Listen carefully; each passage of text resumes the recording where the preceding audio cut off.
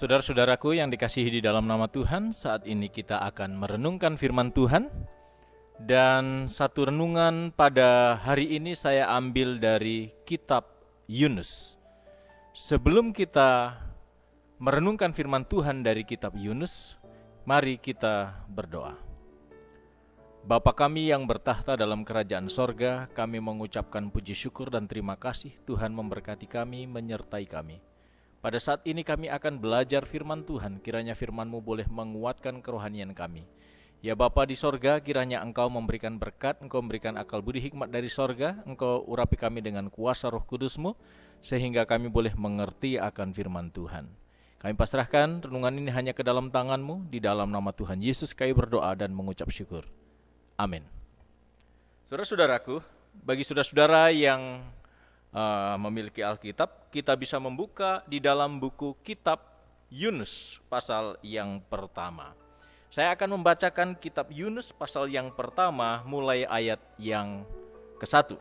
Di sana dikatakan demikian, datanglah firman Tuhan kepada Yunus bin Amitai. Demikian, bangunlah, pergilah ke Niniwe, kota yang besar itu, berserulah terhadap mereka, karena kejahatannya telah sampai kepadaku. Jadi, datang firman Tuhan kepada Nabi Yunus supaya dia pergi ke satu kota yang besar, yaitu kota Niniwe, karena kejahatannya sudah sampai kepada Tuhan. Artinya ini adalah satu kejahatan yang besar. Mereka adalah orang-orang yang menyembah berhala. Mereka adalah orang-orang yang jahat. Mereka adalah orang-orang yang kejam. Dan menurut pemikiran Yunus, orang-orang yang kejam ini tidak layak untuk diselamatkan, karena harus dibalas juga kejahatan mereka. Tetapi ketika firman Tuhan datang kepada Yunus untuk memberitakan firman Tuhan kepada orang-orang di Niniwe, hatinya berpikir dengan sesuatu yang lain. Kenapa orang jahat ini harus diselamatkan?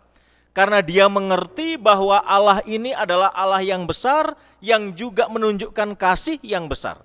Dan memang kalau kita membaca kitab Yunus ini, maka kita akan dapati satu kisah yang kita bisa simpulkan dari cerita ini, yaitu mengenai kisah kasih Allah yang besar kepada satu bangsa yang berdosa besar. Dan di sana kita dapati ada beberapa kata besar. Kota besar, dosa yang besar, lalu ikan besar. Jadi ini adalah mengenai kisah kasih Allah yang besar kepada manusia yang berdosa besar. Saudara-saudaraku, kalau kita membaca, sekiranya ini dibuat sebuah film, ya, peran utama sebenarnya di sini, tokoh utamanya adalah Tuhan. Tuhan yang mau menyelamatkan satu bangsa yang namanya Niniwe. Tetapi oleh karena tidak masuk ke pemikiran Yunus, maka Yunus berpikir untuk melarikan diri. Dia disuruh ke Niniwe, tetapi dia justru memilih untuk pergi ke Yafu. Jadi dia mendapatkan sebuah kapal di sana. Dia tidak pergi ke Niniwe, tetapi mengambil ke arah yang lain. Dan apa yang terjadi selanjutnya ketika dia menaiki sebuah kapal? Maka Tuhan juga yang berperan di sana di ayat yang keempat. Tetapi Tuhan menurunkan angin ribut ke laut, lalu terjadilah badai besar, sehingga kapal itu hampir-hampir terpukul hancur. Jadi orang-orang di dalam kapal sudah panik, sudah kebingungan dengan badai yang besar itu. Sebenarnya akar permasalahannya adalah ada seorang nabi yang melarikan diri di sana. Singkat cerita, Yunus harus dibuang ke dasar lautan. Dan Tuhan juga yang memerintahkan ikan besar untuk memakan Yunus, artinya menelan Yunus pada waktu itu. Dan saudara-saudaraku, Tuhan tetap punya misi. Setelah ikan ini memuntahkan Yunus, maka datanglah firman Tuhan untuk kedua kalinya. Yunus memang berdoa di dalam perut ikan pada waktu dia sedang ditelan oleh ikan besar ini. Dan ketika Yunus sudah dimuntahkan, maka datanglah firman Tuhan untuk kedua kalinya. Yunus pasal yang ketiga. Datanglah firman Tuhan kepada Yunus untuk kedua kaliannya. Demikianlah, bangunlah, pergilah ke Niniwe, kota yang besar itu, dan sampaikanlah kepadanya seruan yang kufirmankan kepadamu. Dan akhirnya Yunus bersiap untuk memasuki kota Niniwe, dan akhirnya dia berkhotbah dengan suara yang tegas, dengan suara yang lantang. Mulailah Yunus berkhotbah, mulailah Yunus menyampaikan firman Tuhan. Dia berseru, 40 hari lagi maka Niniwe akan ditunggang balikkan. Herannya, orang-orang Niniwe yang jahat, yang tadinya tidak kenal Tuhan, yang lebih percaya kepada penyembahan berhala, sekarang percaya kepada khotbah yang disampaikan oleh seorang nabi ini, oleh khotbah yang disampaikan oleh Yunus ini.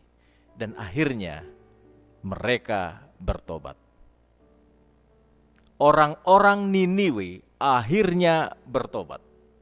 Mereka percaya akan khotbah yang disampaikan, khotbah dari Tuhan yang disampaikan melalui Nabi Yunus. Saudara-saudaraku yang dikasihi di dalam nama Tuhan, apa makna yang kita bisa ambil dari kisah ini kalau kita membaca buku ini secara lengkap? Mungkin bagi kita berpikir bahwa kejahatan seseorang, kejahatan orang lain begitu berat sehingga kita pikir bahwa mereka ini tidak bisa diselamatkan. Tetapi Tuhan mau menyelamatkan orang-orang yang jahat ini. Orang-orang Niniwe dia selamatkan, dan itu berlaku untuk kepada kita sampai hari ini.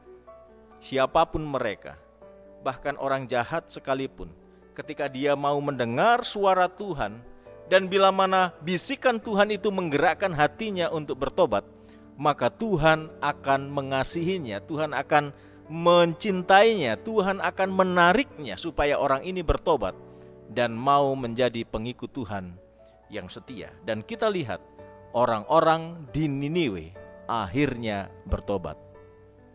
Tidak masuk akal bagi kita, tapi bagi Tuhan tidak ada yang mustahil. Allah kita adalah Allah yang penuh dengan belas kasihan.